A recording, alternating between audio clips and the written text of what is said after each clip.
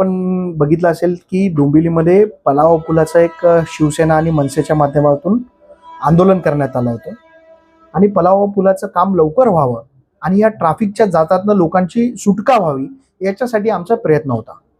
परंतु सत्ताधारी पक्षाच्या लोकांना एक गोष्ट कळत नाहीये की या पुलाचं काम अर्धवट असताना घाईघाईने फक्त श्रेय घेण्यासाठी, श्रेय लाटण्यासाठी काही लोकांनी या पुलाचं उद्घाटन केलं आणि त्या पुलावरती अनेक लोकांचे अपघात झाले, काही लोकांना दुखापत झाली, लोकांचा जीव धोक्यात टाकण्यात आला.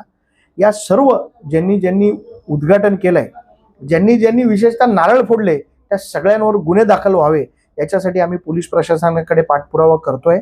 या पुलावाचं एखाद्या कॉन्ट्रॅक्ट दिल्यानंतर त्याचं एक पत्र असतं, हँडओव्हर लेटर म्हणतो आपण त्याला. ते हँडओव्हर लेटर कॉन्ट्रॅक्टरनी दिलं नव्हतं, तर या लोकांनी या पुलाचं उद्घाटन केलं कसं, हा प्रश्न सर्वसामान्यांच्या मनात पडतो.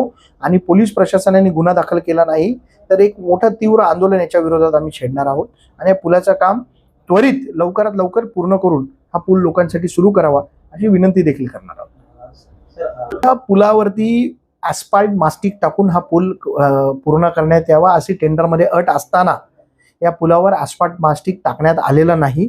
फक्त आणि फक्त डांबर टाकून ते ॲस्फाल्ट मास्टिक सारखं दिसावं याच्यासाठी डांबराचा स्प्रे करण्यात आला. याचे सगळे पुरावे माझ्याकडे आहेत आणि ते पुरावे प्रशासनाला मी देतोय.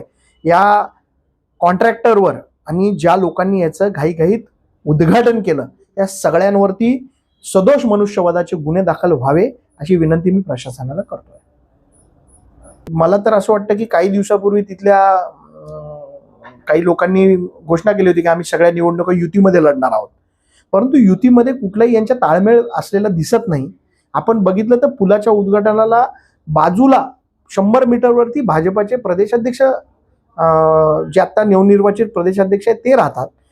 त्यांच्या पक्षाचा एकही कार्यकर्ता या उद्घाटनाला नव्हता. याच्यातनं दिसून येतं की फक्त इथे सत्ताधारी पक्षाचे काही विशिष्ट लोक राजकारण करण्यासाठी हे सगळं करतायत आणि यांच्या सत्तेच्या युतीमध्ये काही युती राहिलेली नाही असं वाटायला लागलं आता.